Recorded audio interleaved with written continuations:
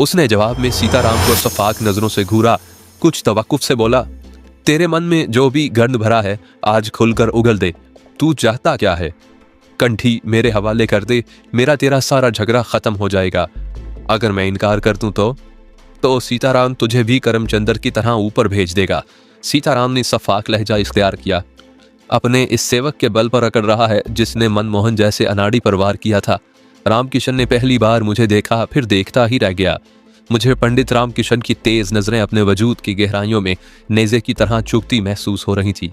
वो टिकटिकी बांधे मुझे घूर रहा था। बोलते बोलते उसका अचानक खामोश हो जाना खाली अज इल्लत नहीं था, शायद उसकी नज़रों ने भांप लिया था कि दुर्गा मुझ पर मेहरबान थी। विष्णु महाराज का जाप करने के बाद मैंने जो महान शक्ति हासिल की थी वो इस राज से भी वाकिफ हो गया था। लेकिन क्यों कर मेरा जहन उलझने लगा। मैंने सोचा, जिस राज को जोगी सीताराम करीब रहकर भी मालूम नहीं कर सका था, वो पंडित रामकिशन ने पहली ही नज़र में कैसे भांप लिया।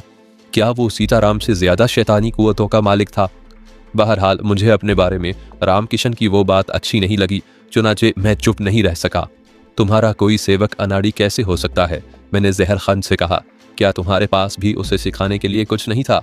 रतन कुमार, सीताराम दरमियान में बोल पड़ा, तू अपनी जुबान बंद रख, ये तेरे गुरु की आज्ञा है। रतन कुमार, पंडित रामकिशन की आंखें पटपटाने लगी।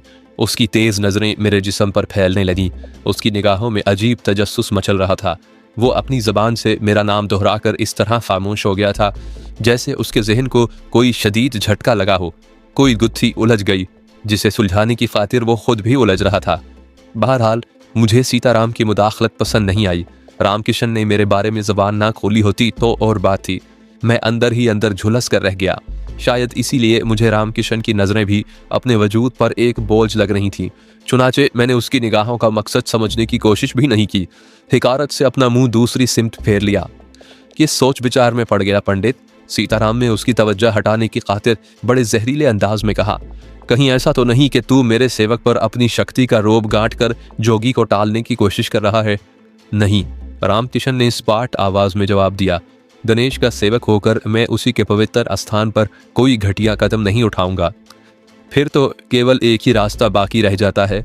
मैं जिस रतन की तलाश में इतना लंबा चक्कर काट कर यहाँ तक पहुंचा हूँ, तू उसे मेरे हवाले कर दे और लंबी तान कर सुकून की नींद सो जा। मेरा तेरा सारा झगड़ा भी मुक जाएगा। झगड़ा तो अब शुरू हुआ है। तू बगैर कोई दाव पेच किए उसे मुकाने की बात कर रहा है। रामकिशन ने कहा, क्या मेरे साथ भी ठठोलबाजी से अपना मतलब निकालने के सपने देख रहा है? समझा, ये सीधी उंगलियों से नहीं निकलेगा। तुम उंगली टेढ़ी करके भी अपनी शक्ति आजमा लो। मैं वचन देता हूं कि गणेश के मंदिर के अंदर मेरा हाथ नहीं उठेगा। अपनी कमजोरी छुपाने के कारण देवताओं को बीच में ला रहा है। सीताराम ने उसे चिढ़ाने की कोशिश की।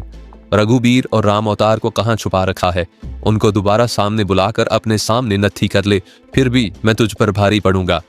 मैं नहीं समझा कि तू किसकी बात कर रहा है। उन्हीं दोनों कुर्बानी के बकरों की जिन्हें तूने मेरा रास्ता रोकने के कारण भेजा था। इतनी जल्दी भूल गया? सीताराम ने ट्रेन वाले टकराव की मुख्तसर तफसील दोहराई तो रामकिशन फिर किसी सोच में गुम हो गया। उसकी नजरें फिर मेरे चेहरे पर मंडलाने लगी। कोई जवाब नहीं पड़ रहा तो बगलें झांक रहा है। सीताराम ने उसे मरूब करने की कोशिश की। इसी बलबूते पर देवताओं की रेखा की बात करके मुझे मुक्ति का रास्ता दिखा रहा था। सीताराम, मैं देख रहा हूं कि तुम अभी तक अंधेरों के बीच भटकते फिर रही हो। रामकिशन ने ठोस लहजे में कहा, मेरा कहा मान तो कंठी का ध्यान मन से निकाल दे, वरना बड़े भौचाल में फंस जाएगा। भागे रास्ता भी नहीं मिलेगा। जो मैं समझ रहा हूं वो तेरी खोपड़ी में नहीं आएगा। बस। सीताराम गुस्से से हाथ उठाकर बोला, बस कर, चुप हो जा। जोगी को चकमा देने की सोच रहा है? एक बात सुन ले कान खोल कर, तू उस कंठी को हड़प नहीं कर सकेगा। समय क्यों बर्बाद कर रहे हो गुरु? मैंने दोनों की बातों से तंग आकर कहा, जो फैसला करना है एक बार कर डालो। तू फिर दरमियान में टांग फंसा रहा है। सीताराम ने मुझे तिरछी नजरों से घूरा। जो वचन दिया था इतनी जल्दी भूल गया? मैं झल्ला कर कुछ कहना चाहता था कि रामकिशन ने एक बार फिर नजरें घुमाकर मेरी तरफ गौर से देखा। उसके बाद उसने सीताराम को जो जवाब दिया मेरे लिए हैरान को नहीं था। मैं वो पवित्र कंठी तेरे हवाले करने को तैयार हूं, परंतु मेरी 2 शर्तें होंगी। उसने बड़ी संजीदगी से कहा, वो भी उगल दे। कल हमारी दूसरी मुठभेड़ जमुना किनारे पुराने शमशान घाट पर होगी, ठीक 4 बजे। चिता की सूखी लकड़ियां भी साथ लेते आना। सीताराम ने फातिहाना अंदाज में मुस्कुराकर लुकमा दिया। दूसरी शर्त मैं वहीं बताऊंगा। रामकिशन ने उसको घूरते हुए जवाब दिया। उसकी संजीदगी में कोई फर्क नहीं पड़ा था। मुझे मंजूर है, लेकिन तुझे भी काली और विष्णु की सौगंध उठाकर सच्चे मन से वचन देना होगा कि तू मुझे जुल देकर भागने की कोशिश नहीं करेगा। रामकिशन के चेहरे पर एक रंग आकर गुजर गया। सीताराम की बात उसे अच्छी नहीं लगी थी, फिर भी उसने शर्त मानकर कसम खाई और मुझे घूरता हुआ उल्टे कदमों मंदिर के अंदर वापस चला गया। गुरु, तुमने क्या भूल की? मैंने तेजी से कहा। अगर तुम्हारा शिकार। नहीं बालिक, नहीं। सीताराम ने बड़े यकीन से मेरी बात काट कर कहा। काली और विष्णु की कसम खाने के बाद एक पंडित अपने दिए हुए वचन से कभी नहीं फिरता। तुमने उससे दूसरी शर्त क्यों नहीं पूछी? मैं ज्यादा कुरेद करता तो वो भड़क भी सकता था। क्या तुम्हें विश्वास है कि वो अपना वचन पूरा करेगा? मैंने वजाहत की। मेरा मतलब उस शय की तरफ है जो उसके कब्जे में है। तू चिंता मत कर बालिक, जोगी सीताराम नरक में भी उसका पीछा नहीं छोड़ेगा। मेरे मंत्र के बैर इस बार उसे भागने नहीं देंगे। मैंने चारों तरफ पहरे बिठा रखे हैं। एक बात और मेरी समझ में नहीं आ सकी, वो रतन कुमार की हैसियत से मेरा नाम सुनकर चौंका क्यों था? सीताराम भी मेरी बात सुनकर किसी ख्याल में मुस्तगरिक हो गया। शायद पहले उसने पंडित रामकिशन की बात पर गौर नहीं किया था। मेरे जहन में भी मुख्तलिफ ख्याल गड़बड़ होने लगे। रामकिशन के बारे में पहली नज़र में मेरे जहन ने यही फैसला किया था कि वो सीताराम के मुकाबले में अगर ज्यादा ताकतवर नहीं तो कम भी नहीं है। उसकी आंखों में मुझे जो संजीदगी और गहराई नजर आई थी वो उसकी बड़ाई की दलालत करती थी। खुद सीताराम ने भी उससे भिड़ने में जल्दी का मुजाहरा नहीं किया था। कदम फूंक फूंक कर आगे बढ़ाता रहा था, लेकिन सूरत हाल ने एकदम ही जो पलटा खाया था वो मेरी समझ में नहीं आ सका। सीताराम गणेश के मंदिर से रुखसत हो रहा था जब वो खुद उसके सामने आ गया था। चेहरे बचरे से भी वो ज्यादा भारी भरकम नजर आता था। ठोस और दो टोप लहजे में बात कर रहा था। उसने किसी मौके पर सीताराम से मरूग होने का तासुर नहीं छोड़ा था, मगर फिर मेरे चेहरे पर नजर पड़ते ही वो कुछ गड़बड़ा गया था। उसके बहुत सारे मकसद अखज़ किए जा सकते थे। मुमकिन है उसने मेरी कुव्वत का अंदाज़ा लगा लिया हो। ये बात उसके इल्म में आ गई हो कि मैंने विष्णु महाराज का जाप भी कर रखा है। दुर्गा जैसी अजीम देवी मुझ पर मेहरबान हो गई थी। गणेश देवता का वजूद भी दुर्गा या काली के जिस्म से उतरे हुए उस मैल का मरहूने मिन्नत था जिसका पुतला बनाकर पार्वती ने उसके शरीर में शक्ति फूंक दी थी। रामकिशन ने मेरी ताकत का अंदाज़ा लगाने के बाद ही कलाबाजी खाई होगी।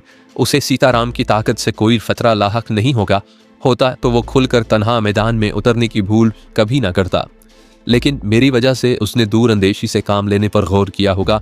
वो तन्हा पड़ गया था और हम दो थे। शायद उसने अपनी कुव्वत से इस बात का अंदाज़ा भी लगा लिया हो कि हम एक और एक मिलकर उसके लिए 11 भी बन सकते थे। मगर कुछ बातें वजाहत तलब थीं। अगर रामकिशन को अपने सेवक मनमोहन के बारे में खबर मिल गई थी तो फिर अपनी शक्ति के जोर से उसे मेरे बारे में पहले ही मालूमात हासिल कर लेनी चाहिए थी। उसने सामने की गलती क्यों की थी? मेरा जहन तलाबाजियां खाता रहा। फिर एक ख्याल बड़ी सूरत से उभरा। पंडित रामकिशन मेरा चेहरा देखकर किसी ख्याल में गुम हो गया था। उसे मेरे चेहरे में ऐसी कौन सी बात नजर आ गई थी जिसने उसके सारे कस बल निकाल दिए थे? वो तन्हा सामने आया था तो ये सोचकर ही आया होगा कि जोगी सीताराम से उसका टकराव नागुजीर भी हो सकता था। फिर उसने मेरी शक्ल देखते ही हथियार क्यों डाल दिए थे? क्या उसने महज वक्त हासिल करने की खातिर कोई चाल चली थी जिसे सीताराम भी नहीं समझ पाया? कोई और मसलहत आड़े आ गई थी? उसने इतनी जल्दी कंठी सीताराम को दे देने का वादा क्यों कर लिया था? अगर हकीकत यही थी कि उसे हम दो के मुकाबले में अपनी कमजोरी का एहसास हो गया था तो वो उसी वक्त सीताराम से जान छुड़ाने की खातिर उसकी मतलूबा शय उसके हवाले कर सकता था। खतरा उसी वक्त टल जाता। उसने 24 घंटों की मोहलत क्यों मांगी थी? मुलाकात के लिए शमशान घाट का तयन क्या मायने रखता था? उसने सिर्फ एक शर्त बताई थी, दूसरी गोल कर गया था। खुद सीताराम ने भी दूसरी शर्त मालूम करने के लिए इसरार नहीं किया। क्या वो भी किसी मसलहत पर अमल कर रहा था? असल राज क्या था? वो दोनों किस चक्कर में थे? क्या दोनों ही एक दूसरे से खाइफ थे जो हम ठोंक कर मैदान में बरमला कूदने से पहलू तही कर रहे थे, या कोई और बात थी? सीताराम और मैं दोनों अपने अपने ख्यालात में गुम थे।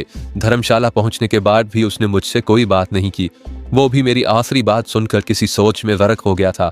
क्या जोगी ने भी मेरा नाम रतन कुमार रखकर कोई भूल कर दी थी? रतन कुमार कौन था जो पंडित रामकिशन और सीताराम दोनों के लिए एक मौम्मा बन गया था?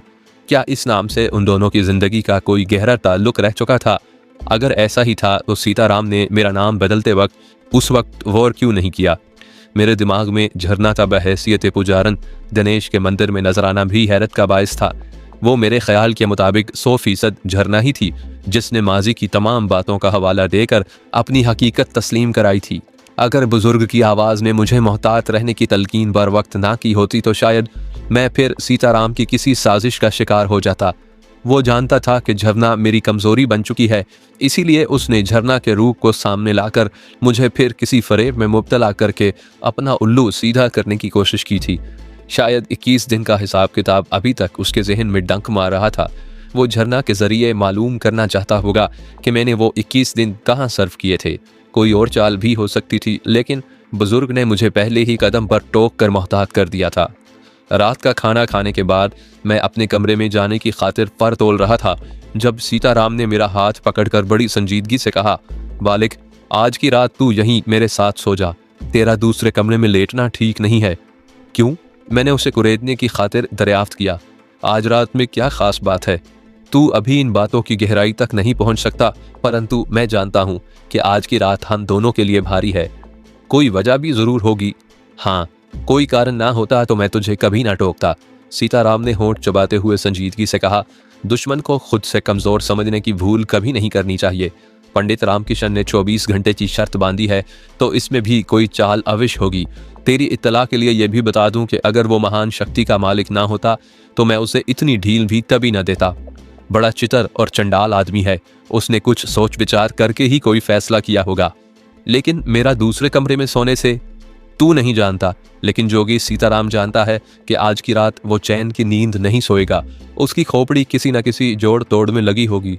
उसने मेरी बात काट कर होंठ चबाते हुए कहा, तू यहाँ मेरे पास रहेगा तो वो इस मंडल को नहीं तोड़ सकेगा जो मैंने बांध रखा है। एक बात पूछूं गुरु? मैंने दबी जबान में सवाल किया। क्या रतन कुमार का नाम रखते वक्त तुम्हें इस बात का ध्यान नहीं आया था कि पंडित रामकिशन का भी इस नाम से कोई गहरा ताल्लुक है? रतन कुमार के नाम से उस खंजीर का कोई संबंध नहीं है।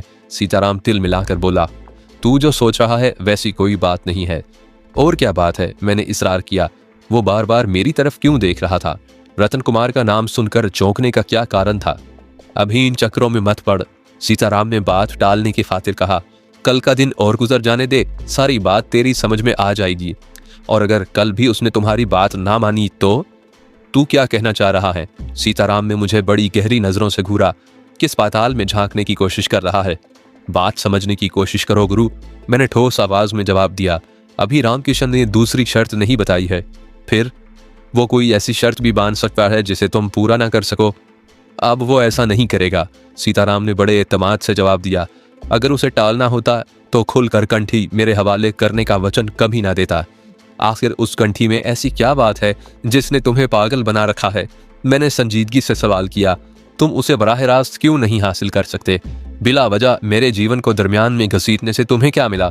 मैं भी अपने रास्ते से भटक गया, फिर पड़ गया पाप और पुण्य के चक्रों में। सीताराम बल खाकर बोला, मैं बात का धनी हूं बालिग। मेरा काम पूरा हो जाए तो तू अपने पुराने रास्ते पर वापस लौट जाना। मैं दोबारा तेरा पीछा नहीं करूंगा। मैं जानता हूं गुरु, तुम अपना मतलब निकल जाने के बाद निगाहें फेर लोगे। मेरे लहजे में तलसी आ गई। कंठी पा लेने के बाद तुम्हें मेरी जरूरत भी नहीं रहेगी, लेकिन तुमने मेरी जिंदगी में जो गंद घोल दिया है उसे कौन दूर करेगा? अपने परमात्मा के सामने जमीन पर माथा रगड़ना। तुम्हारे मन की लगन सच्ची हुई तो वो जरूर क्षमा कर देगा। सीताराम ने लापरवाही से जवाब दिया। उसके लहजे में खुद गर्जी शामिल थी। मैं झल्लाकर बोला, तुम अब तक एक बात भूल रहे हो गुरु। मैं वो कीमती शय हाथ में आ जाने के बाद उसे तुम्हें दान करने से इनकार भी कर सकता हूं। तू इनकार करेगा? जोगी सीताराम को? उसने मायनी खेज अंदाज में मुस्कुराकर कहा। काली का जाप करने के बाद इतनी जल्दी अपनी औकात भूल गया मूर्ख कि गुरु से नजरें मिलाकर बात कर रहा है। शैतानी कुव्वतों की बात मत करो। मैं झुलस कर रह गया। कुछ पवित्र शक्तियां ऐसी भी होती हैं जिनके जोड़ का कोई तोड़ नहीं होता। कौन है वो शक्ति? सीताराम यकलख्त संजीदा हो गया। आज तेरी जुबान पर दिल की बात आ गई है तो उसका नाम भी उगल दे। मैंने पहले ही कहा था कि जोगी के हिसाब में कोई हेर फेर नहीं होती। मैंने यह भी कहा था कि किसी ना किसी का हाथ तेरे सर पर अविश छाया किए हुए है। उगल दे उसका नाम। कौन है वो? मैं उस नीले आसमान के मालिक की बात कर रहा हूं जो दोनों जहानों का मालिक है। मैंने तिल मिलाकर कहा। एक मुसलमान की हैसियत से मेरा ईमान है कि वो जो चाहता है वो पूरा हो जाता है। उसकी ताकत लाजवाल है। उसके सामने कोई परिंदा भी पर नहीं मार सकता। सबकी जबानें गुंग होकर रह जाती हैं। धर्म कर्म की बात कर रहा है। उसके होंठों पर शैतानी मुस्कुराहट रक्स करने लगी।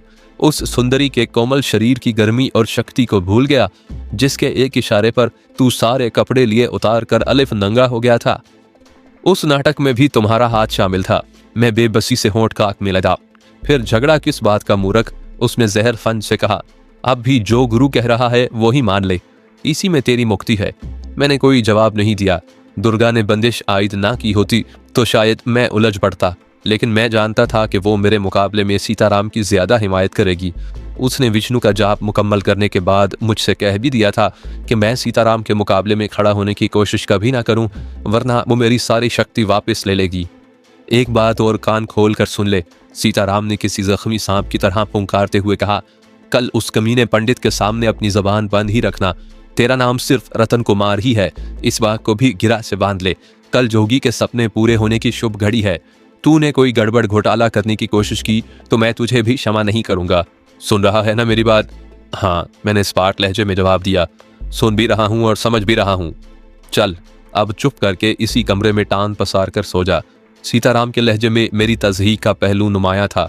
एक लम्हे को मेरे दिल में आई कि सारी मसलहतों को बालाए ताक रख कर उससे एक आखिरी फैसला कर लूं, लेकिन फिर कुछ सोचकर मैंने अपना इरादा तर्क कर दिया। मैं बज़ाहिर आंखें बंद किए लेटा था, लेकिन अंदर ही अंदर उस एक लम्हे को याद करके अफसुर्दा हो रहा था जब मैंने मौत से घबराकर जोगी सीताराम के साथ जिंदगी का सौदा कर दिया था। वो मेरी जिंदगी की सबसे बड़ी गलती थी, मेरे ईमान की कमजोरी थी, जिसने उस लम्हे मुझे बुज़दिल बना दिया था। मौत और जिंदगी खुदा के इख्तियार की बात है, लेकिन शायद जेल की अजियतों और हालात की पै दर पै सितम ज़रीफ़ियों ने मेरे एतकाद को मुतज़लज़ल कर दिया था। मैं उसी लग़्ज़िश की सज़ा भुगत रहा था। शायद दुर्गा ने भी मेरे साथ मजाक किया था। विष्णु का जाप करने की तलकीन उसी ने की थी। उसने यकीन दिलाया था कि मैं नाकाबिल यकीन कुव्वतों का मालिक बन जाऊंगा, लेकिन ये बंदिश भी लगा दी थी कि मैं जोगी सीताराम को कोई नुकसान पहुंचाने की गलती ना करूं, जबकि उसके अलावा मेरा कोई और दुश्मन नहीं था। मुझे महावीर की बात भी याद आई। उसने कहा था कि मैं कभी रामकिशन के साथ पंजा लड़ाने की भूल ना करूं।